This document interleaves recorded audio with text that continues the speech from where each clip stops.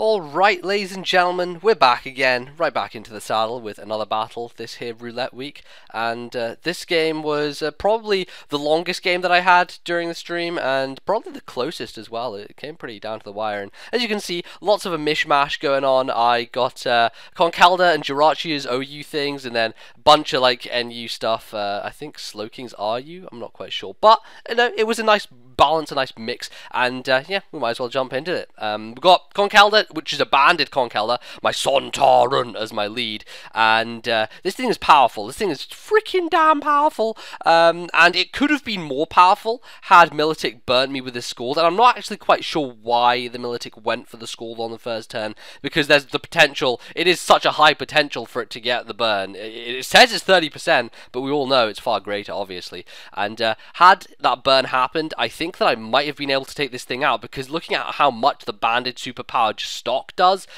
maybe with the guts boost with the burn might have been able to take it out, but unfortunately not able to do so. Does a huge heavy amount, 70%, 75 closer to that anyway, and I decided, I don't know why I stayed in superpower again, but I kind of force him to recover twice here, recovering first there and then putting him down back to low health again, kind of forces him to recover again, and now I'm going to switch out and go into something I guess more appropriate to combat this Militic, because right now not a good idea. My attack is constantly dropping from the superpower, and I am not going to be wanting to take more hits than I need to. So I'm going to go into my Jirachi, which kind of directly threatens this thing, because Jirachi has lots of moves which can potentially do damage to Militic. It has access to Thunder and Thunderbolt. Not that Thunder is going to be great in this scenario because there's no rain, it's obviously Roulette. But this one that I'm running is Super Archie, which is Calm Mind plus 3 attacks, and no sub involved. But I have Grass Knot, and Grass Knot is actually going to be pretty threatening to this Militic, so he's going to switch out,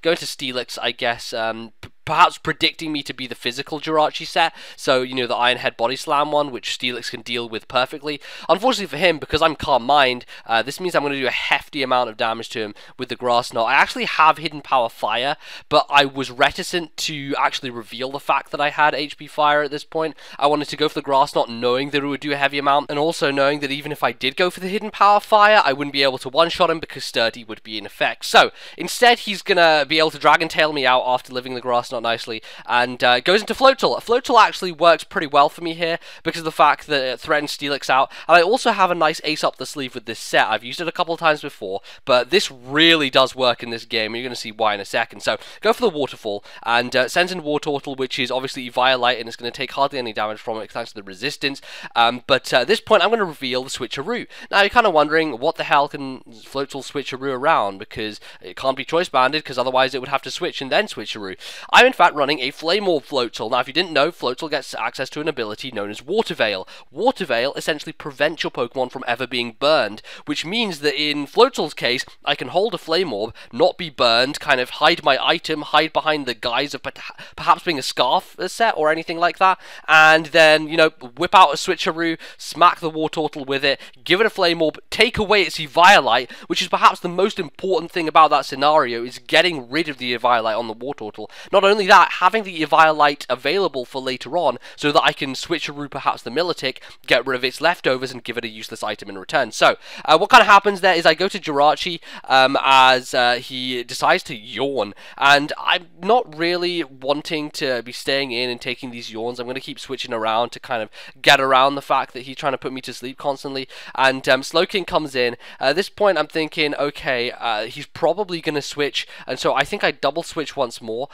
go into, what is it? I go into my Concalda, and works out nicely because Concalda is against Steelix here, and it's a nice matchup. Superpower with the choice ban is definitely going to clean this thing out. If he wants to switch anything else in, nothing really wants to take it. If you saw his team preview, he has some pretty shitty things like an Eevee, so I guess he could have foddered that because it's not like it's going to do much in this game, but he decides to let Steelix go. I guess allows him an opportunity to do something while my attack and defense are lowered, opens a bit of a window of opportunity, as it were. And Infernape just so happens to fill that slot, so he brings it in, forces me to switch out. Really, I don't want to take the hit. I'm still useful for priority later, and my health is still at a good amount. I can still smack superpowers around the place as long as I keep that thing alive. So, going to Slowking to take the predicted close combat, and Slowking takes it really nicely, and I'm like, oh, that's probably a banded Infernape. That did a lot of damage. Then I realize it's a critical hit. I'm like, oh, for damn it, I could have taken that much nicer.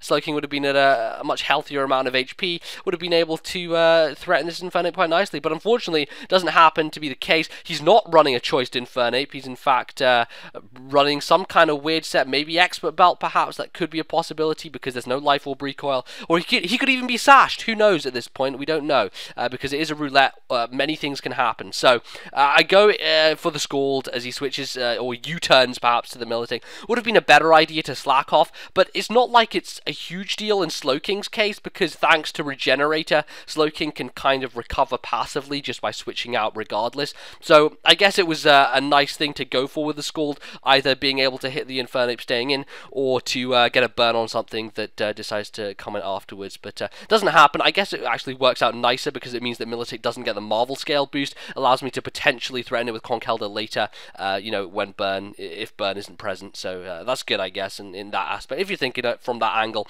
Militech goes for the hidden power. I switch in Jirachi on that hit, and it turns out to be not very effective, which tells me that it's pretty much guaranteed to be a hidden power grass. Obviously, if it was electric, it would have been neutral, so grass is definitely what I'm thinking there, and at this point, I'm like, okay, let's just go for a Calm Mind again. I'm going to be able to deal out a heavy hit onto the Militech. He can't really do anything to me if he tries to Scald Burn. That's all he really can hope for. And I'm like, okay, nothing really to fear, so I'm going to get the +1 up. And he goes into Eevee, I guess at this point, just foddering the thing off, allowing him for a free switch into his Infernape, which would make sense, because then the Infernape obviously threatens Jirachi out with the potential of a Flare Blitz or something like that. So I guess that's his thought process, and why he foddered the Eevee at that particular point in time. It actually decides to go into Victini now, and funnily enough, Victini walls this entire set because I'm running Grass Knot, Psychic, and HP Fire, so I can't really touch it, funnily enough. I'm going to have to switch, and unfortunately, as much as I don't want to do this, again,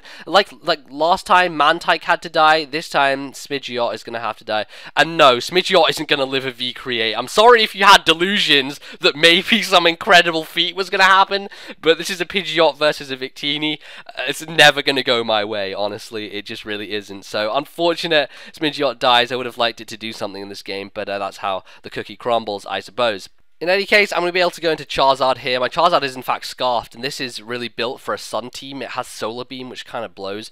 But the nice thing about the scenario is obviously he has defenses and speed lowered from the V-Create, so going to be able to go for a Dragon Pulse as he switches in the Wartortle. Does a pretty heavy amount considering it's unstabbed and Charizard isn't getting the Solar Power boost or anything. It's just standard stock, just base power Dragon Pulse, which really isn't that great, honestly, but because there's no Eviolite on the Wartortle, and due to the fact that he's burned, it's going to be an easy 2-hit KO from that point, and I managed to take the thing out. Now, brings in Victini again, which I'm thinking, okay, I just kind of want to get some damage on this thing. This thing's going to be a real threat. Victini can't really touch it, and I don't see any way of killing it quickly or easily, apart from via Slowking with a Scald. So I decided to stay in and go for the Dragon Pulse, expecting him to, I don't know, go for the Fusion Bolt and take me out. He actually over-predicts, goes for the U-turn, I guess expecting my Slowking, even though Fusion Bolt would have been nicer on Slowking, but I don't know, probably wanted more momentum going there, and this is why he went for it, which is nice because at least my Charizard alive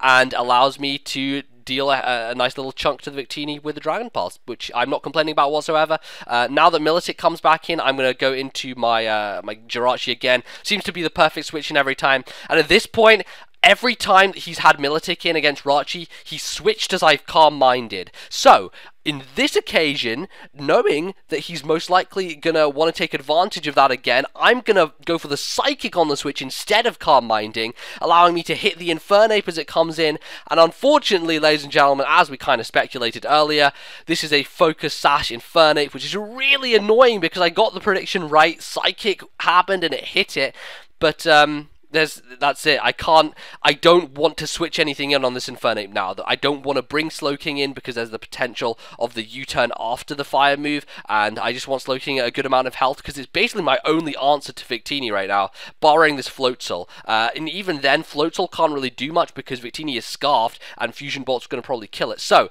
that's a real problem that I'm going to have to deal with. So for the moment, though, now that he brings in Milotic, I'm going to be able to use Floatzel to trick at the Eviolite and give myself a little bit of a heads up here because I'm going to go for the crunch, trying to get some defense drops going on, because as long as I do that, it's going to mean that my Conkeldurr is going to have a much easier time taking this Milotic down, and that's just basically what I'm gunning for. So eventually get it down to about half HP, sped this section up a lot because basically it's just me pounding on this Milotic, smacking it with moves as hard as I can.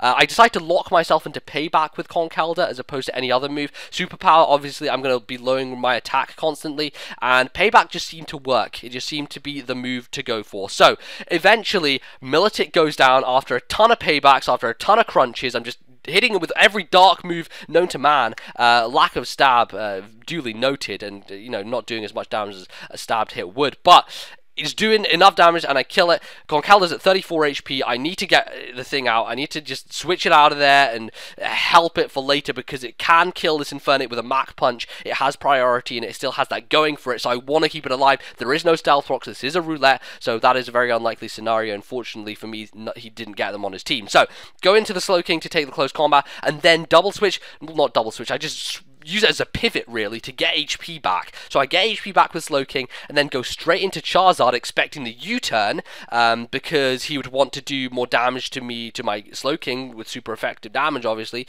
but he decides to close combat instead, which I find slightly strange, but in essence it really just helps me in the end because it allows me to go for the Dragon Pulse and basically take out the 1 HP that he has remaining. So his last Pokemon is obviously Victini, and earlier on Charizard actually outsped it and hit it with a Dragon Pulse before it U-turned out on me. So I was fully expecting to do the exact same this time, but apparently turns out that we have speed ties going on. We're running the exact same speed. We're both scarfed, so he ends up winning that speed tie, which kind of is a bit of a pain in the ass because at this point I really needed that extra damage from Dragon Pulse to be able to kill him with the Scald with Slowking. As it stands, I'm basically going to have to go into Slowking, hope that I live a Fusion Bolt, and then hope that a Scald brings him down to the point at which Conkeldurr's Mach Punch will be able to finish the Victini off, which is really my last game plan here. What I could have done alternatively is go out to Slowking and then switch to Conkeldurr as Death Fodder, and then switch back to Slowking so that I was at close to full HP, try to live 2 Fusion Bolts, and finish him off with a Scald, and that I guess may have been able to work, though I didn't really want to tempt fate. I thought I should stay in here, live 1 Fusion Bolt, which I definitely can do. I do a huge amount with Scald, take him down to the tiniest amount of HP, of course not the tiniest amount, but a really low red, and at this point I'm thinking, please Conkeldurr, be able to finish off this Victini with a Mach Punch. You are Choice Banded, you have the power, and thankfully, ladies and gentlemen, Conkeldurr, 34 HP, the Choice Banded man around the house, the Sontaran, is able to clean out the Victini at the very end, making it a really narrow 1-0, and a very close match indeed, which was really exciting,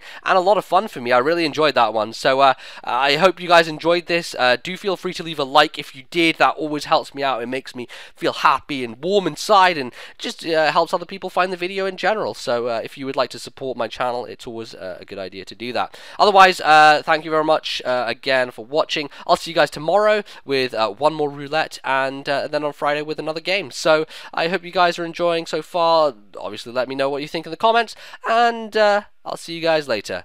Goodbye.